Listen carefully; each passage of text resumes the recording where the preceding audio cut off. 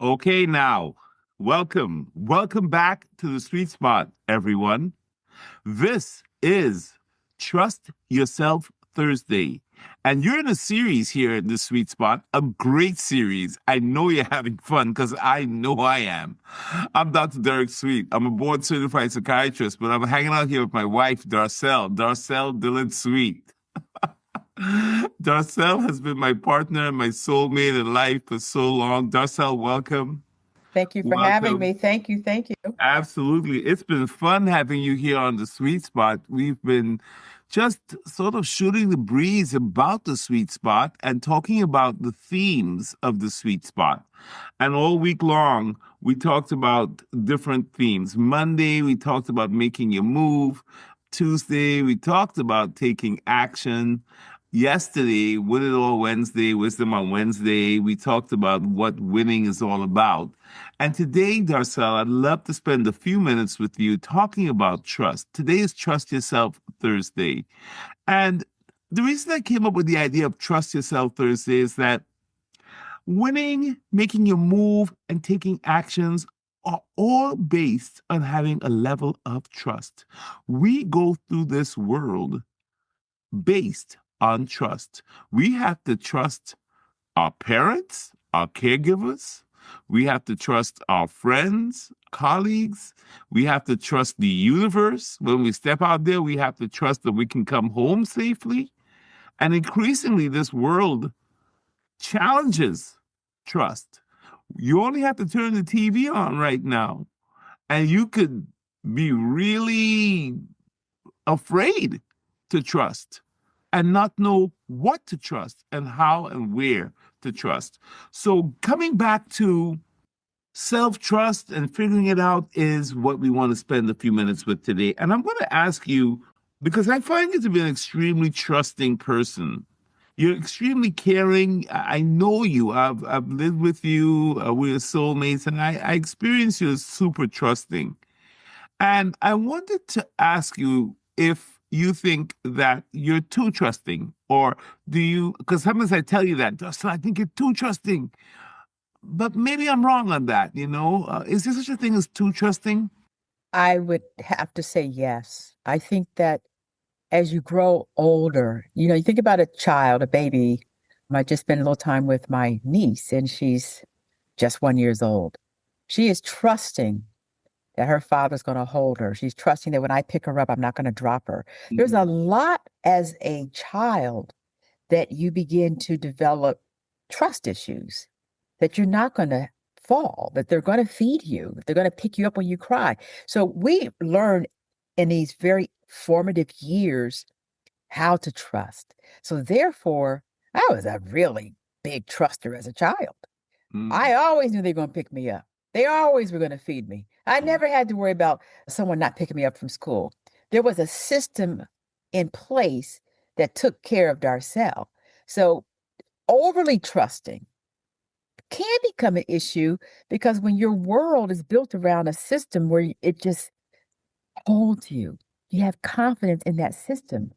But as you grow older, Dr. Sweet, that unraveling of trust that we see in our America today, that unraveling of trust that you might meet as a college grad or a college student who had friends that talk behind your back when you trust them with your biggest secret. Look at social media. You trust that guy to take a picture of you. He blasted it all over the place. And now everybody can see what you didn't want them to see because he shared it. So we have, I think, a world now where over trusting has such awful consequences. It's painful. It's really hard. So, yeah, there is something to be said about trusting too much in a society or in a friend circle or in a tribe or even in a family that throws you a monkey wrench. You got to be able to figure out sometimes to be more guarded. And I've learned that later in life that I do need to question more. You say this to me all the time. Research it, test it. Sometimes you have to test it before you can trust it. Wow. Darcel, how do you do this? Every time I have a question for you, and I live with you, I get to talk to you every day, and I still feeling like in a classroom and I'm getting this amazing instruction. Test it before you trust it. I like that. I do like that. I really do.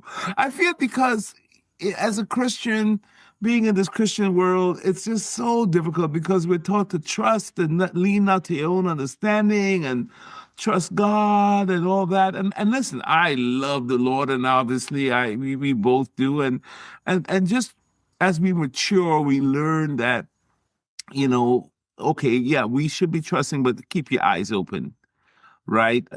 When you think about the word of God saying, trust in God and lean not on your own understanding and put all your trust there, I could rock with that. I could flow with that a bit, right?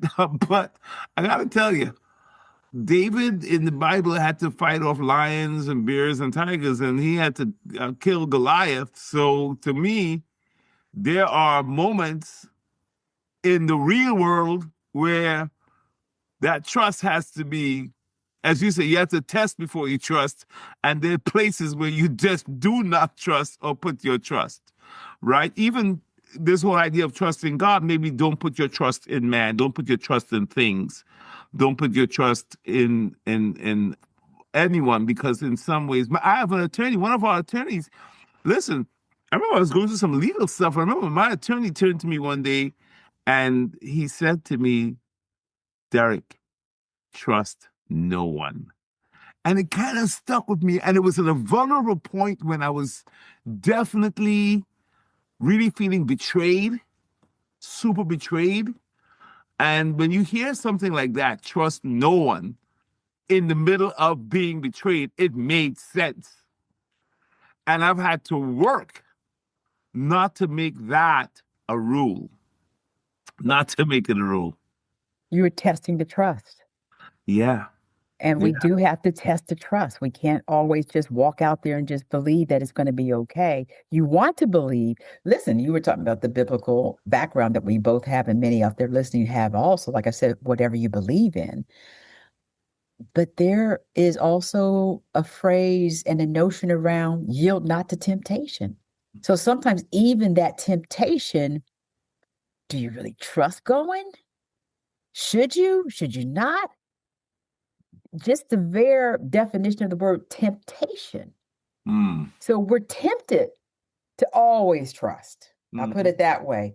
But if we don't even test the temptation, I got another one for you. Yeah. That also is a whole different mindset of not stepping into the danger zone. There's a chair in our house that you probably don't even know about. It's in the basement. It has a 1 weak leg. And I needed to stand on something last night to get some height because I'm not that tall, as you know.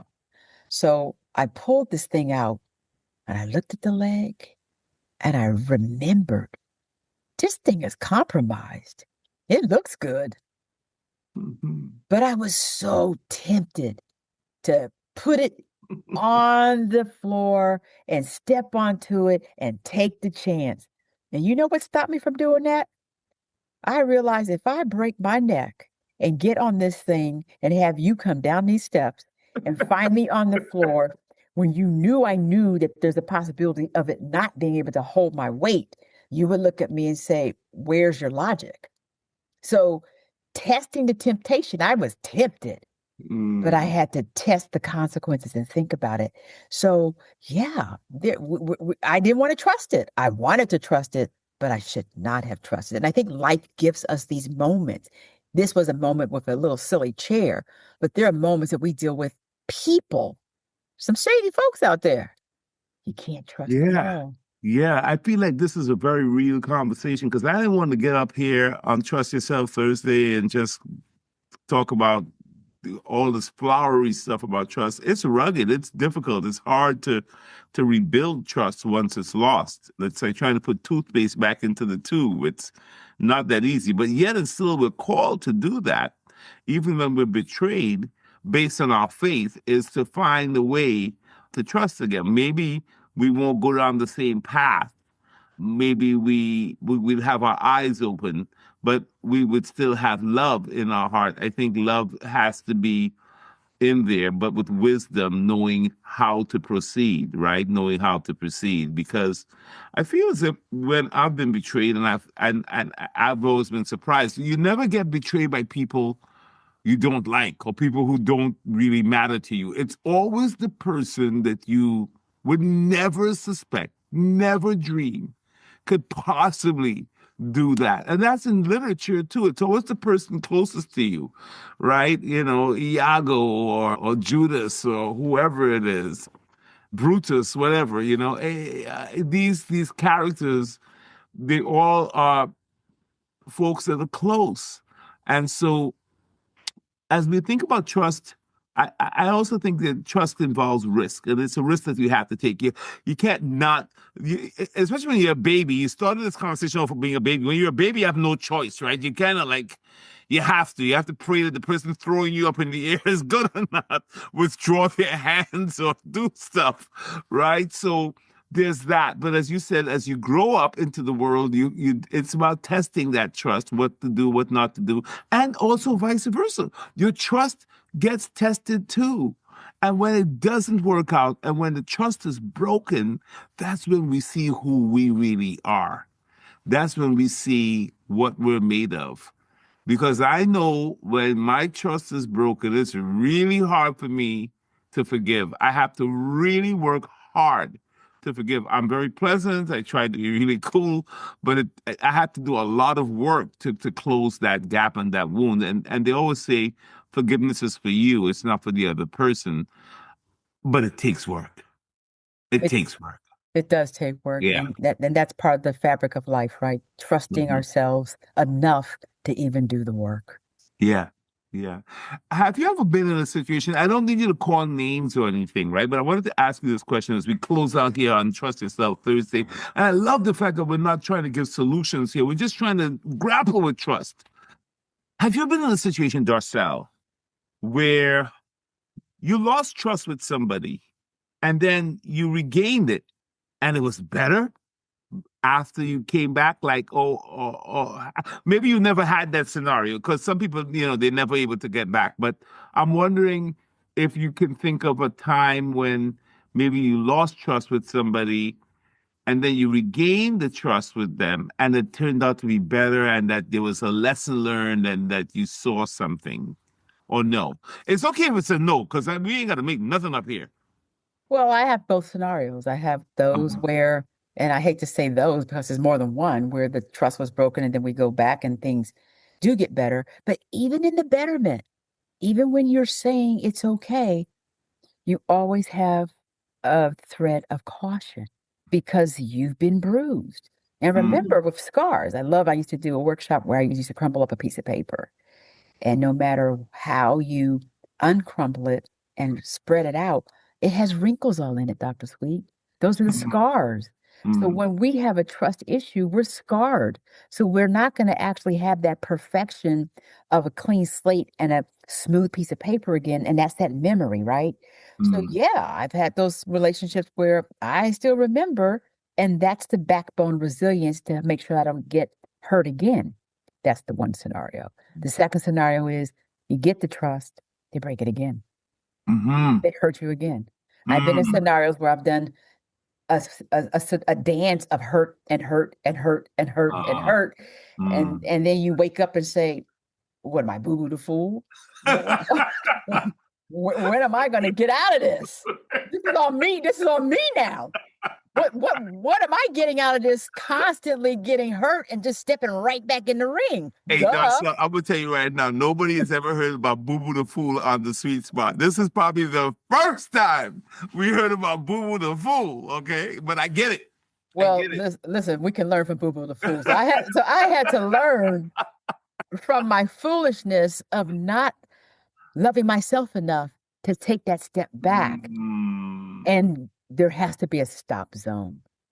Yeah, and that's what I think about trust, and it really it's trust yourself Thursday. We've talked about broken trust in relationships, but really the first relationship has to be back with the self.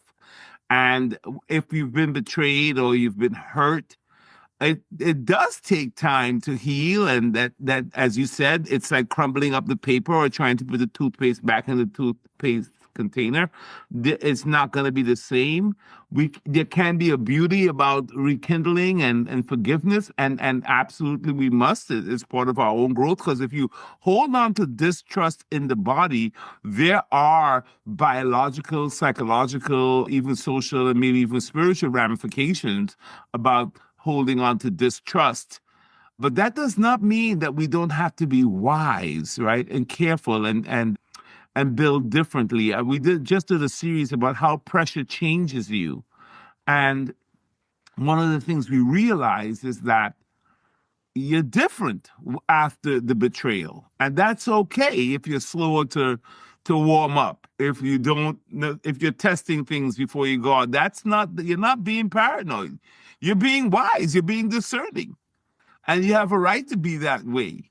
The key, I think, is what I try to develop in my life, and I've been really disappointed in some folks, is not to make it so that nobody else can come in the door. Not to make a rule that I trust absolutely. I mean, I love my attorney because he's right. In a way, he's kind of right, trust no one. But I actually don't want to live my life that way. I have to take the risk again. I have to take the risk again. But I may be able to better see the signs of when things are not going a certain way, and don't be, to use the term, boo-boo the fool, and try to understand if something is going south. Maybe I'm now better. Maybe I learned through these betrayals how to be a more discerning person, still loving and caring and kind, but trusting myself now to make better decisions on Trust Yourself Thursday. Well, you summed it up nicely, you did. And I'll just end today with just telling everyone, just guard your heart. You got to have that shield of protection in the trust zone. And there's nothing wrong with that, Dr. Sweet. So we just got to guard our hearts. Amen, Darcel. All right. Well, listen, this has been a wonderful sweet spot here on Trust Yourself Thursday. Darcel, thank you again for sharing your wisdom. Thank you again for joining us and dropping by just to chop it up here on the sweet spot. Tomorrow is Friday, and it's not just any Friday here on the sweet spot. We call it Finish Strong Friday. And I know you know a thing or two about finishing strong. And would you be willing to share some of those nuggets with us tomorrow? I will see everybody tomorrow. Sounds good, my love. I'll see you tomorrow then.